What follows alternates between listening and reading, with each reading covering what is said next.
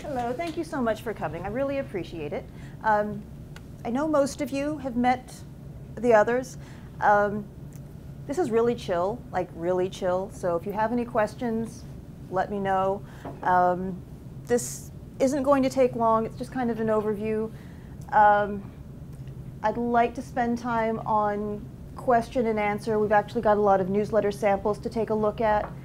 So I'd love to hear kind of what your thoughts are on what makes a good newsletter, because at the end of the day, you can look at, you know, this makes an effective headline, this increases your open rates, but it's all subjective. So just because this works for 85% of the people out there, your clients could be completely different. And that's one of the things that we're going to look at today. So to start, why your business needs a newsletter, and hopefully how to publish one that won't suck. So we're going to start by talking about what makes a good or a bad newsletter.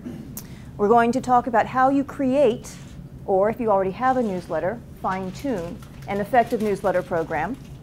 We'll look at some examples, and then we'll also discuss tips for streamlining the newsletter process, because often companies will come up with a great idea for a newsletter, it looks beautiful, but it's really hard to get it out there every 3 months, every month. So we're going to discuss some ways to kind of put that on autopilot so it's less of a pain in your butt and more likely to get out the door every month. And then we'll have questions. So far, so good? And just let me know if you have a problem hearing me, okay? What? Yeah. Christina, do you want everyone to introduce themselves real quick so you know who everybody is and everybody else here knows who everyone is? Sure. Mitsu, why don't we start with you? Yeah, Mitsu Rajda, waiting to inhale oxygen bars. Denise Jones, interior planning and design. Wait, could I back up a second? One of my questions right here is why you're here and what you want to get out of this. That will help me in what I share with you. So Mitsu, what are you trying to get out of this? Do you have a newsletter? Do you want a newsletter? You're just kind of checking it out? I do have a newsletter, and I could always, learn more. Okay. Tactics, more techniques. Perfect. I don't have a newsletter, and I'm afraid of newsletters in terms of the time suck. And I'm wanting to start a blog. I feel like I'd rather have a blog than a newsletter, but figured they're probably the same thing, just a different medium. Okay, we'll talk about that. Okay. I'm Steve Guberman from Fifth Room Creative, and I have a stagnant newsletter, an email newsletter, and I came because I wanted to see people, but also I was intrigued by the newsletter that doesn't suck part. So when we do email blasts, it's usually just tooting our own horn.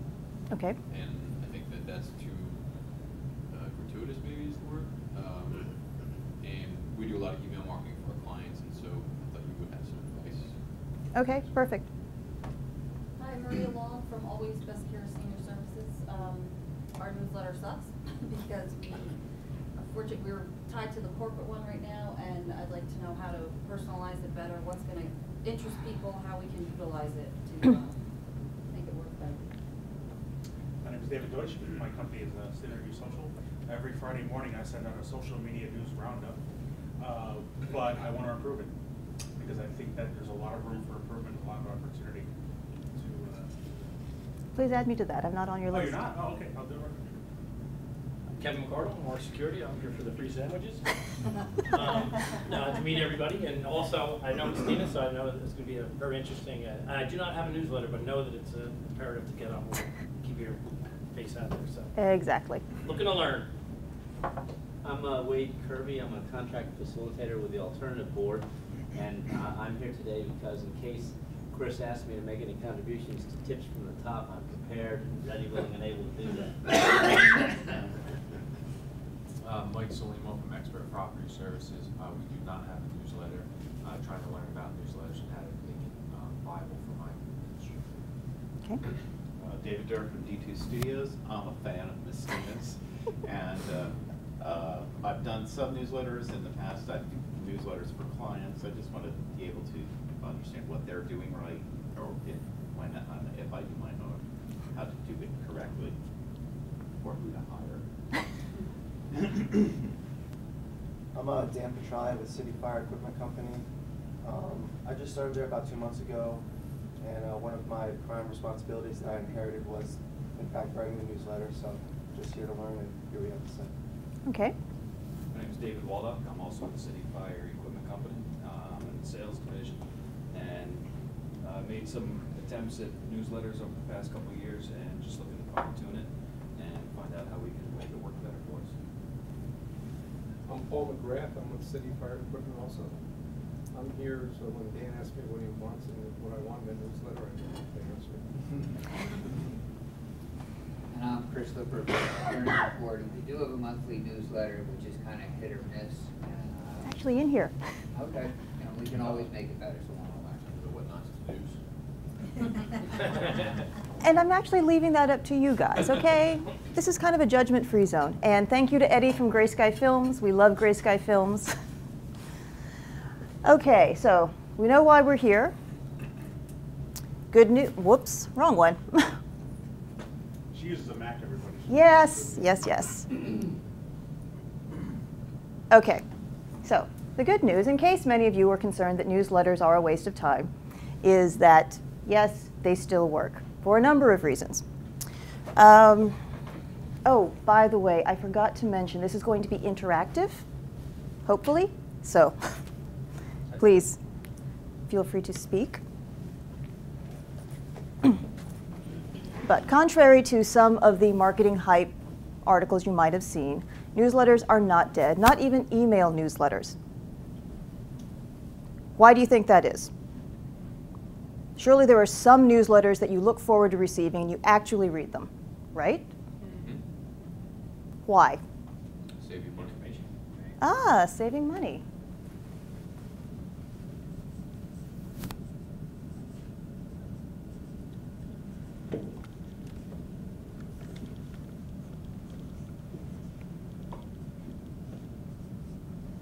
Wade, what kind of information?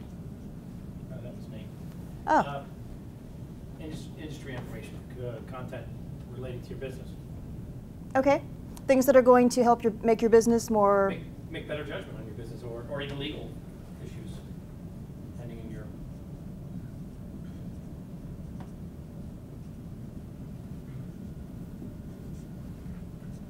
Entertainment. Gray Sky Film videos. Excellent. To plagiarize content. Okay, we might want to talk about that. Let's call it inspiration. Inspiration. Recycle. Borrow.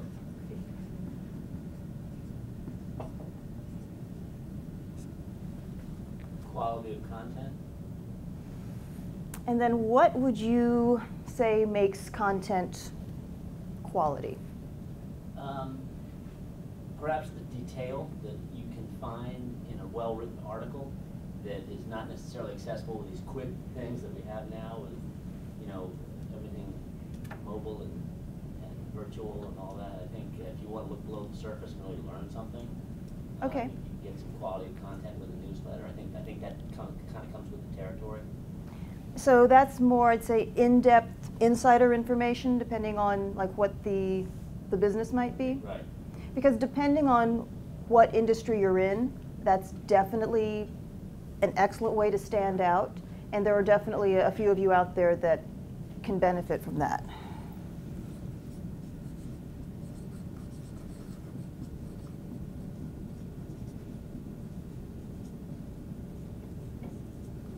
New products. Okay. Industry advantage and industry of technology advances, or something like that. So you read them to stay au courant. You want to be on the cutting edge. You're a Technorati fan, aren't you? Sometimes. Denise? I'm just thinking, I'm interested in things that teach me how to work more efficiently, so I have more time to do things that I'd like to do rather than things I have to do. So Okay. just informative, I guess, it's still educational.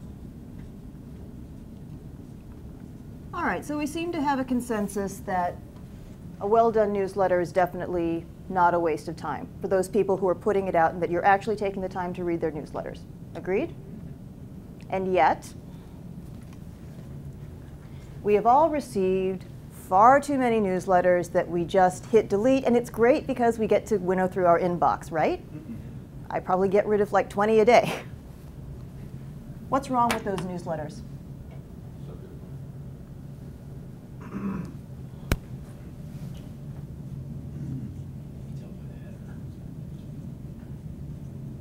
Did you guys hear that? He said subject lines.